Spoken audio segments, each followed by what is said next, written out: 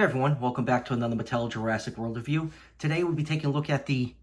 Are my eyes playing tricks on me? Is this actually a repaint of the Stygimoloch? I don't believe it. It only took a little over 2 years for Mattel to actually give us a different color scheme on this figure. I really thought we'd be seeing that same color scheme from then till the day I die. I'm actually pleasantly surprised that we actually got a repaint of this figure we've seen a million times in the past of.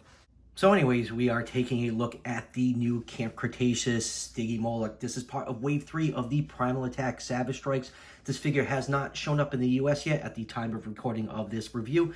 I ended up ordering the whole wave from Amazon Japan. The link is in the description if you want to order the whole case for yourself. As you can see, this figure comes in the new Camp Cretaceous style packaging, which is meant to promote the new Netflix animated series that's supposed to be premiering, I believe, sometime in August. You got the Jurassic World Camp Cretaceous logo up here in the corner. And as someone pointed out in my Echo review, this actually translates to Survival Camp in Japanese. And then in the corner up here, you have the Netflix logo, and in the background, I'm assuming that is Camp Cretaceous itself. And then on the bottom right here, you have a picture of Toro the Condorsaurus, along with some of the kids from the show.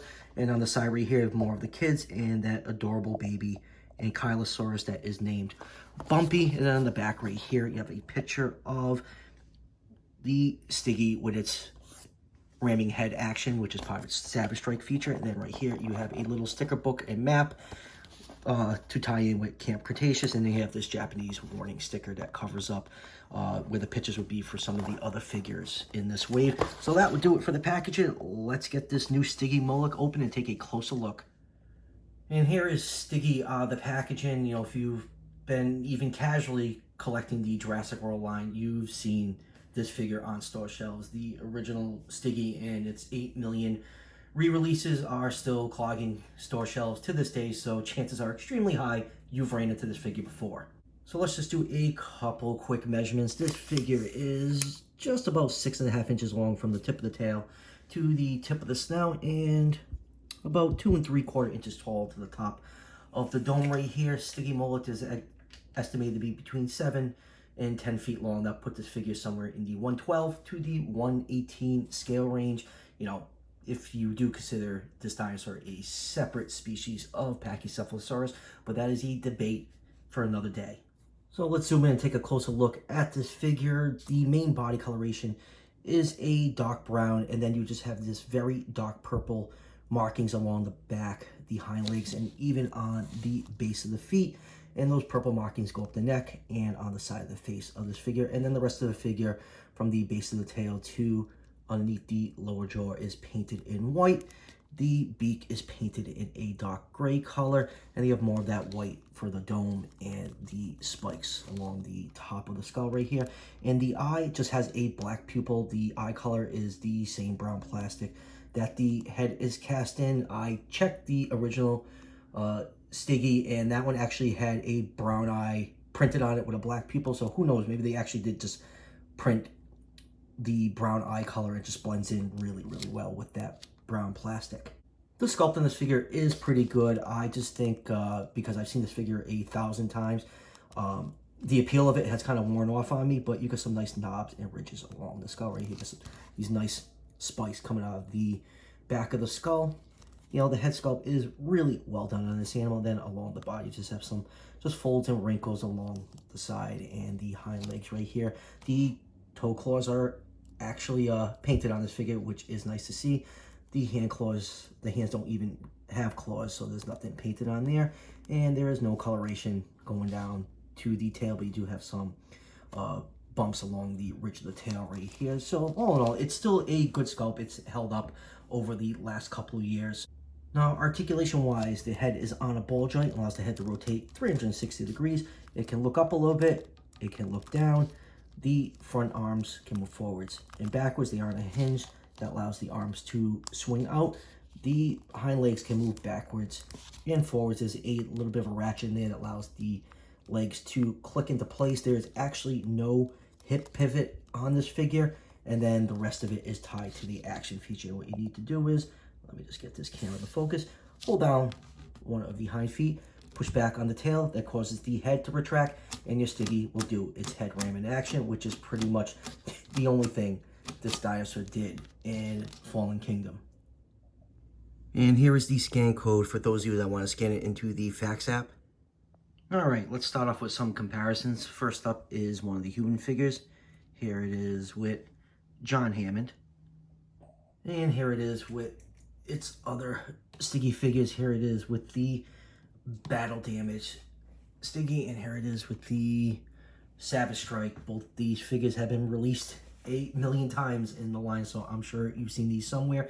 Now, having these two together, I much prefer the mold on the battle damage one. I like how it's a little bit bigger, and having these figures side by side, I still prefer the paint scheme on the original one. I just feel like this one right here is just too similar to the original paint scheme. It's just a little bit darker, and I actually feel like you look at the coloration on the original Stiggies, it still is that dark purple color. It's just a shade off to the one that we get on this new Savage Strike, but I much like the paint apps on the original compared to this repaint.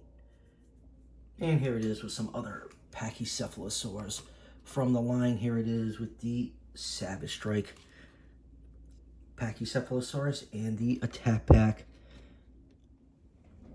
Draco Rex. And, depending who you talk to, these animals are either different species or just growth stages of Pachycephalosaurus. And here it is with the Soundstrike Majungasaurus. And this Stiggy, if you can't tell, I have its tail propped up against the branch on the studio table right here. It does have a little bit of a stability issue, so that's why it's kind of off to the side, so it doesn't keep falling over when I'm trying to record. And lastly, let's get the rest of the wave this figure came with out here. Here is the Styracosaurus repaint. Here is Echo. Here is the Postosuchus and the fantastic Scutosaurus. So having all 5 figures from the wave right here, let's rank them. I very rarely have buy a whole wave at the same time, because usually we get some re-releases in the wave. So my top pick from this wave is, you guessed it, the Scutosaurus. This is probably one of the best sculpted Savage Strike figures we've ever gotten. It is an excellent figure. Number 2 is the Postosuchus. It is technically a re-release from Wave 2, but Wave 2 is popping up in the US very sporadically. And then number 3 is Echo. I know I kind of picked this figure apart for the color scheme that really didn't look like Echo, but as just a Raptor repaint, is probably one of the best repaints on a Raptor that we've gotten so far. And number 4 is the repaint of the Styracosaurus. I don't think it's as nice as the original Styracosaurus, but it's still a decent repaint. And of course, at the bottom of the list is this Stiggy right here. The color scheme is just too similar to the original paint scheme that we've seen a billion times. But good news is, if you want like actual variety on your Stiggy figures, we are getting another repaint. It's in a darker gray coloration. It looks much different than this one in the original Stiggy, so I am actually excited for that one. So final thoughts on this figure. If you can't tell already, I'm just meh about it. It's nice that we got a Stiggy repaint, but the repaint is just way too similar to the original release. If I didn't buy the whole wave, this figure would have been an easy pass for me. I just think it's just too similar, and probably just because I've seen the other one released so many times, I'm kind of just over this dinosaur. But then again, on the flip side, I am excited for the repaint that actually looks vastly different than this one. So if you're tired of seeing this dinosaur on store shelves, this figure is an easy pass for you. If you're a completionist, you're going to want to track this figure down. Hopefully this wave shows up in the US relatively soon. And like I said at the beginning of the video, I ordered the whole wave from Amazon Japan. Links in the description if you want to order it for yourself. So that will pretty much do it for the review. The only other things I'm trying to track down right now for Jurassic World are the new attack packs, the wave that comes with Bumpy, the Moosaurus repaint, and the Raptor repaint. Those have been popping up in Target, but for some reason I have not been able to track those figures down, so hopefully I'll get my hands on those soon, and when I do, expect complete reviews on those figures. And as always, if you're enjoying the content on this channel, show your support by hitting that subscription button just below the video. Each subscription helps out the channel tremendously, and it's greatly appreciated. And I'll see you guys for the next one.